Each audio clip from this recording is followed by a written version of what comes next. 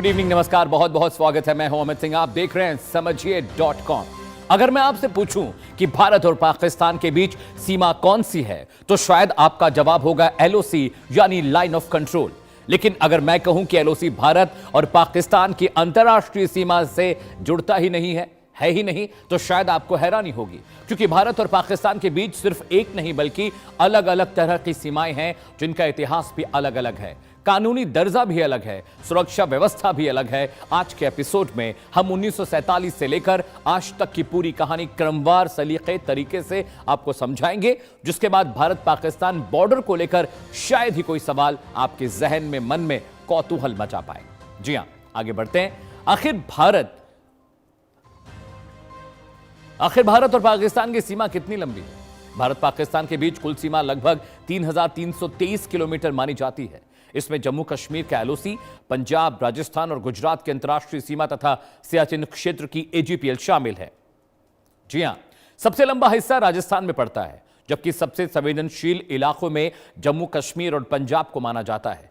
इसी पूरी सीमा पर अलग अलग सुरक्षा व्यवस्था लागू होती है। कहीं बीएसएफ तैनात रहती है, कहीं भारतीय सेना और कहीं अत्याधुनिक निगरानी तकनीक होती है। इसलिए जब हम भारत पाकिस्तान सीमा की बात करते हैं तो यह सिर्फ एक सीमा रेखा नहीं बल्कि हजारों किलोमीटर लंबा एक प्राकृतिक, एक अलग अलग प्रकृति वाला सुरक्षा तंत्र बन जाता है। जी हां, सबसे पहले चलते हैं साल 1947 में, जब भारत से ब्रिटिश शासन उखड़ने की कगार पर था। अंग्रेजों ने तय किया कि ब्रिटिश भारत को दो स्वतंत्र देशों में बांट देंगे, यानी भारत और पाकिस्तान। लेकिन सबसे बड़ा सवाल था, सीमा कहां होगी? इसके लिए ब्रिटिश सरकार ने एक सीमा आयोग बनाया, जिसकी अध्यक्षता ब्रिटिश वकील साइरिल रेडक्लिफ ने की। यही आयोग पंजाब और बंगाल का विभाजन तय करने वाला था। रेडक्लिफ के सामने सबसे बड़ी चुनौती थी कि जिन इलाकों में हिंदू, मुस्लिम और सिख आबादी मिलीजुली थी, वहां सीमा आखिर कैसे खींची जाए।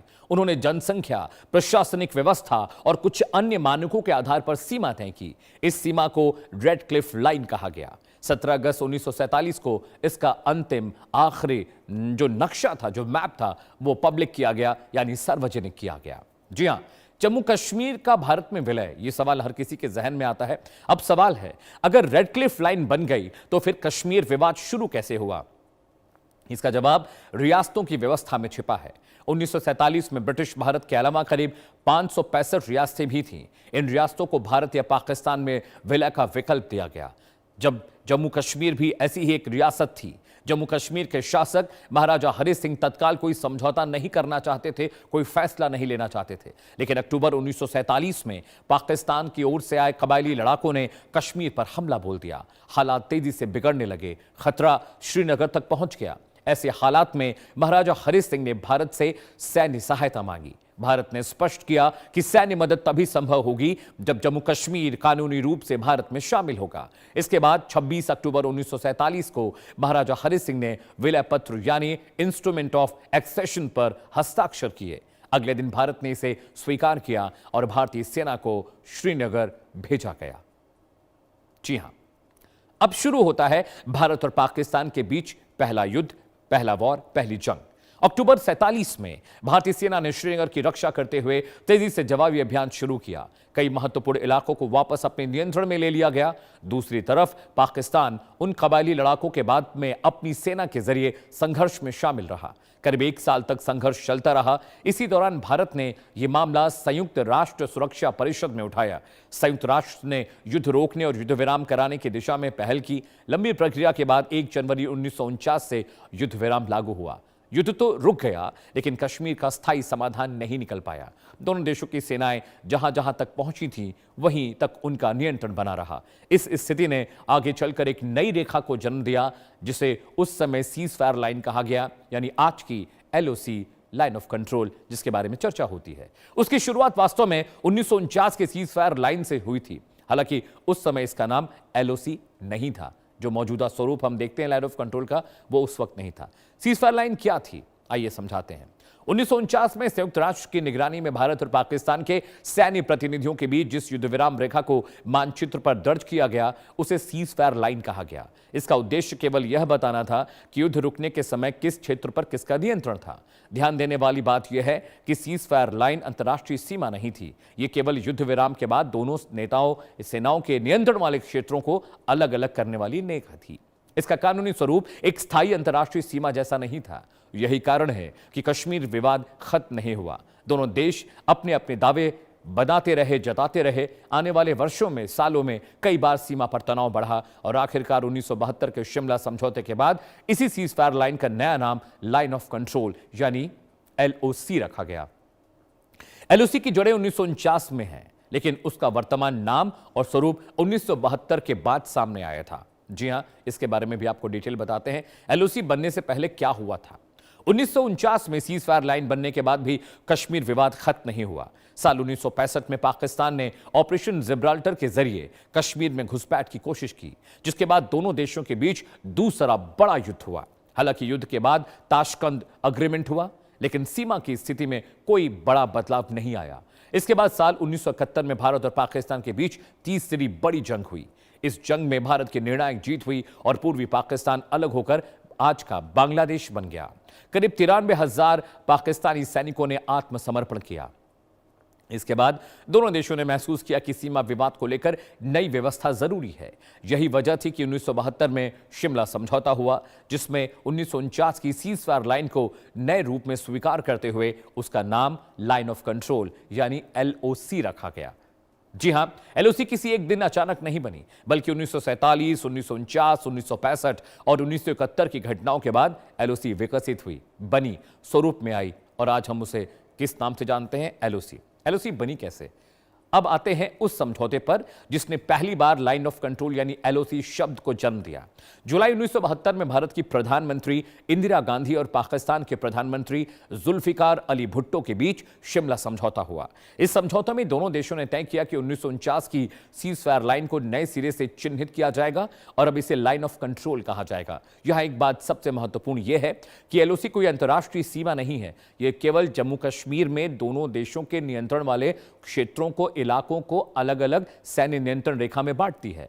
भारत का नियंत्रण जिस हिस्से पर है उसे जम्मू कश्मीर और लद्दाख का हिस्सा माना जाता है। वहीं पाकिस्तान अपने नियंत्रण वाले हिस्से को अलग तरीके से प्रशासित करता है। दोनों देशों के दावे आज भी अलग अलग हैं, इसलिए LOC को अंतिम अंतर्राष्ट्रीय सीमा का दर्जा नहीं मिला। यानी LOC का मतलब है जिस क्षेत्र पर जिस देश का वास्तविक नियंत्रण है उसे दर्शाने वाली रेखा। ये युद्ध विराम बनाए रखने और सैन्य गतिविधियों को नियंत्रित करने के लिए महत्वपूर्ण है, लेकिन इसे भारत पाकिस्तान की स्थायी अंतर्राष्ट्रीय सीमा नहीं माना जाता, ना ही इसे कह सकते हैं। आगे बढ़ते हैं, कैसे? LOC और अंतर्राष्ट्रीय सीमा में फर्क क्या है वो भी आपको समझा दूं आसान भाषा में।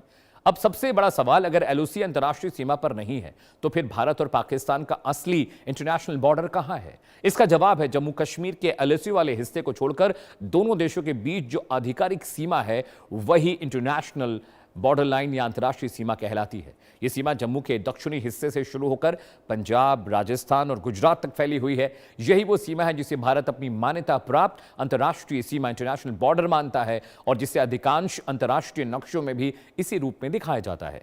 इस सीमा पर सुरक्षा की मुख्य जिम्मेदारी सीमा सुरक्षा बल यानी BSF के पास होती है, जबकि LOC पर परिस्थितियां अलग होती हैं, जहां सेना की भूमिका अधिक प्रमुख होती है, क्योंकि वहां सैन्य तनाव और घुसपैठ का खतरा अपेक्षाकृत तुलनात्मक रूप से ज्यादा रहता है। यानी आसान भाषा में समझे तो LOC केवल जम्मू कश्मीर के विवादित क्षेत्र में लागू होती है, जबकि अंतर्राष्ट्रीय सीमा दोनों देशों के बीच आधिकारिक और मान्यता प्राप्त सीमा बॉर्डर है और यही सबसे बड़ा फर्क LOC में और इंटरनेशनल बॉर्डर में है। चलिए अब आपको बताते हैं। अब तक आपने अंतर्राष्ट्रीय सीमा और LOC को समझ लिया, दोनों का फर्क समझ लिया, लेकिन भारत पाकिस्तान सीमा की असली जो कहानी है यही खत्म नहीं होती। अब बारी है एक ऐसी रेखा की जिसका नाम बहुत कम लोग जानते हैं, जिसे AGPL यानी एक्चुअल ग्राउंड पोजीशन लाइन कहते हैं। इसे समझने के लिए पहले एक जगह का नाम याद रखिए जो है NJ 9842। 1972 के शिमला समझौते में LOC का नक्शा इसी बिंदु तक स्पष्ट रूप से चिन्हित किया गया है, लेकिन इसके आगे समझौते में केवल इतना लिखा गया कि सीमा थेंस नॉट टू द ग्लेशियर्स, यानी यहां से उत्तर की ओर ग्लेशियरों तक ये सीमा जाएगी। उस समय सियाचिन का इलाका अत्यंत दुर्गम था, इसलिए आगे की रेखा को जमीन पर चिन्हित नहीं किया गया। आने वाले सालों में इसे अस्पष्टता ने विवाद को जन्म दिया। पाकिस्तान द्वारा इसी खाली क्षेत्र पर दावा ठोकने और विदेशी पर्वतारोहियों को अनुमति देने की खुफिया जानकारी मिलने के बाद भारतीय सेना ने 13 अप्रैल 1984 को ऑपरेशन मेघदूत शुरू किया। भारत ने पूरे सियाचिन ग्लेशियर और सैल्टोरो कटक रणनीतिक ऊंचाइयों पर नियंत्रण स्थापित कर लिया और आज NJ 9842 के आगे की इस वास्तविक सैन्य सीमा को AGPL यानी एक्चुअल ग्राउंड पोजीशन लाइन कहा जाता है। AGPL कोई अंतर्राष्ट्रीय इंटरनेशनल बॉर्डर नहीं है, कोई अंतर्राष्ट्रीय सीमा नहीं है, नहीं LOC का कोई आधिकारिक विस्तार है लाइन ऑफ कंट्रोल का। ये केवल सियाचिन इलाका जो है, सियाचिन क्षेत्र में दोनों देशों की वास्तविक सैन्य तैनाती को दर्शाता है। जी हां, इसलिए भारत पाकिस्तान सीमा को समझने के लिए अंतर्राष्ट्रीय सीमा, LOC, AGPL तीनों का फर्क आपके लिए जानना जरूरी था। AGPL सिर्फ माने है लेह लद्दाख और सियाचिन के लिए। वर्किंग बाउंड्री क्या होती है, अब यह भी समझना जरूरी है। अब बात करते हैं ऐसे शब्द की जो अक्सर पाकिस्तान की ओर से सुनाई देता है, वर्किंग बाउंड्री। आखिर यह है क्या और भारत इसे क्यों नहीं मानता? दरअसल जम्मू क्षेत्र में अंतर्राष्ट्रीय सीमा के एक हिस्से को पाकिस्तान आधिकारिक दस्तावेजों और अपने मानचित्रों में वर्किंग बाउंड्री कहता है। पाकिस्तान का तर्क है क्योंकि वो पूरे जम्मू कश्मीर पर अपना दावा करता है, इसलिए इस हिस्से को अंतरिम अंतर्राष्ट्रीय सीमा नहीं कहा जा सकता। लेकिन भारत की स्थिति बिल्कुल स्पष्ट है। भारत इस पूरे क्षेत्र को अपनी मान्यता प्राप्त अंतर्राष्ट्रीय सीमा मानता है। भारत के आधिकारिक नक्शों, सरकारी दस्तावेजों और सुरक्षा व्यवस्था में से अंतर्राष्ट्रीय सीमा ही कहा जाता है। यही वजह है कि दोनों देशों की शब्दावली अलग अलग दिखाई समझ में आती है। यहां एक बात समझना जरूरी है, वर्किंग बाउंड्री कोई अंतर्राष्ट्रीय स्तर पर मान्यता प्राप्त या अप्रूव्ड कानूनी सीमा नहीं है, बल्कि यह पाकिस्तान द्वारा इस्तेमाल किए जाने वाला शब्द है। अंतर्राष्ट्रीय संस्थाएं और अधिकांश वैश्विक मानचित्र इस हिस्से को भारत पाकिस्तान की अंतर्राष्ट्रीय सीमा के रूप में दर्शाते रहे हैं हमेशा से। जी हां, आगे बढ़ते हैं। सीमा की सुरक्षा कौन करता है? कौन करता है निगहबानी? अब सवाल है, इन अलग अलग सीमाओं की सुरक्षा का जिम्मा किसके पास है? क्या हर जगह एक ही सुरक्षा बल तैनात होता है? जवाब है नहीं। भारत की अंतर्राष्ट्रीय सीमा पर सामान्य परिस्थितियों में सुरक्षा की जिम्मेदारी सीमा सुरक्षा बल यानी बॉर्डर सिक्योरिटी फोर्स BSF के पास होती है। BSF सीमा पर निगरानी, घुसपैठ रोकने, तस्करी पर नियंत्रण और सीमा चौकियों का संचालन करता है। हालांकि युद्ध जैसी स्थिति में भारतीय सेना भी वहां सक्रिय भूमिका निभाती है, लेकिन लाइन ऑफ कंट्रोल की स्थिति बिल्कुल अलग है। यहां लगातार सैन्य सतर्कता की जरूरत पड़ती है, इसलिए LOC पर सुरक्षा की मुख्य जिम्मेदारी इंडियन आर्मी यानी भारतीय सेना के जवानों के पास रहती है। सेना यहां चौकियां, बंकर, निगरानी उपकरण, फेंसिंग और आधुनिक सेंसर्स के जरिए सीमा की निगरानी करते हैं। घुसपैठ रोकना, जवाबी कार्रवाई करना और युद्धविराम का पालन सुनिश्चित करना भी सेना की महत्वपूर्ण जिम्मेदारियों में शामिल है।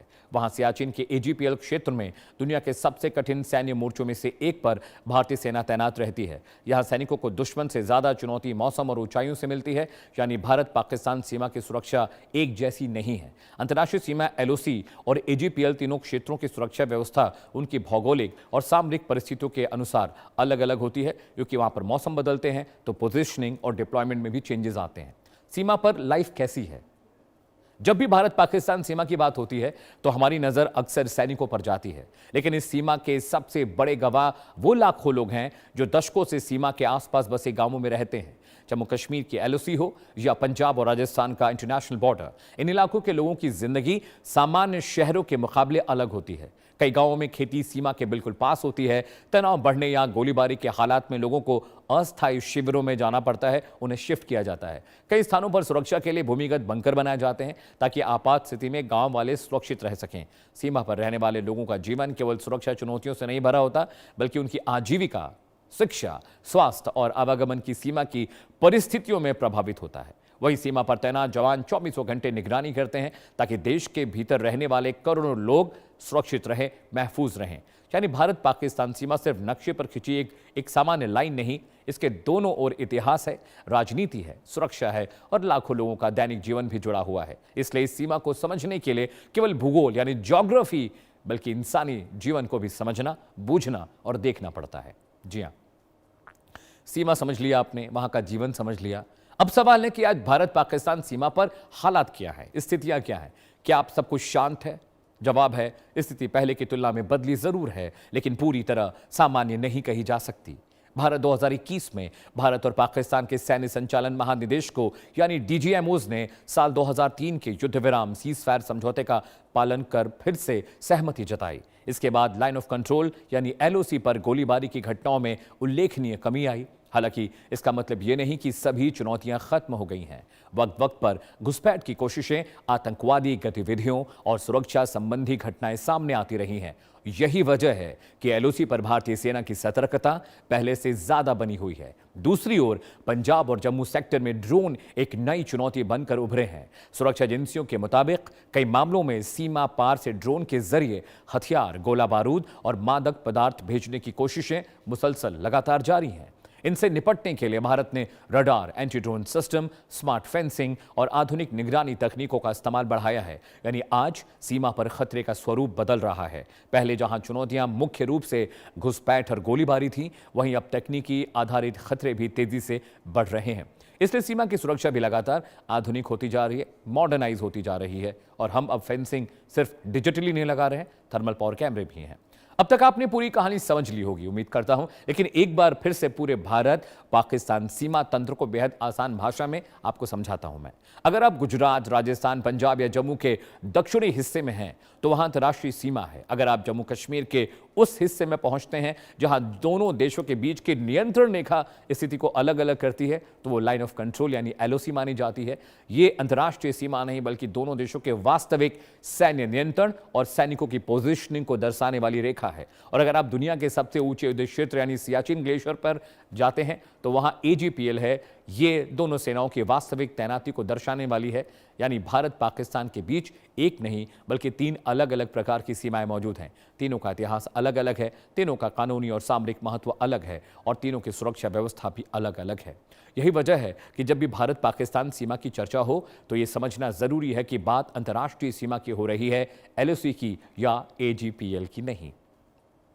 चलिए, आपने तीनों का फर्क देख लिया, तो कुल मिलाकर आज आपने समझा कि भारत पाकिस्तान के बीच सिर्फ एक सीमा नहीं है बल्कि अलग अलग ऐतिहासिक और कानूनी पृष्ठभूमि वाली कई रेखाएं हैं। 1947 के विभाजन से शुरू हुई कहानी, कश्मीर के भारत में विलय, 1947-48 का युद्ध, 49 की सीजफायर लाइन, 72 का शिमला समझौता, एलओसी यानी अंतर्राष्ट्रीय सीमा और सियाचिन की एजीपीएल तक पहुंचती है। यही वजह है कि जब भी किसी खबर में एलओसी पर फायरिंग, अंतर्राष्ट्रीय सीमा पर घुसपैठ या सियाचिन में सेना की तैनाती जैसे शब्द सुनाई देते हैं तो अब आप इनके बीच का अंतर आसानी से समझ पाएंगे, क्योंकि जानकारी तभी पूरी होती है जब उसके पीछे का इतिहास भी आपको समझ में आता है। समझिए.com में आज के लिए फिलहाल इतना ही।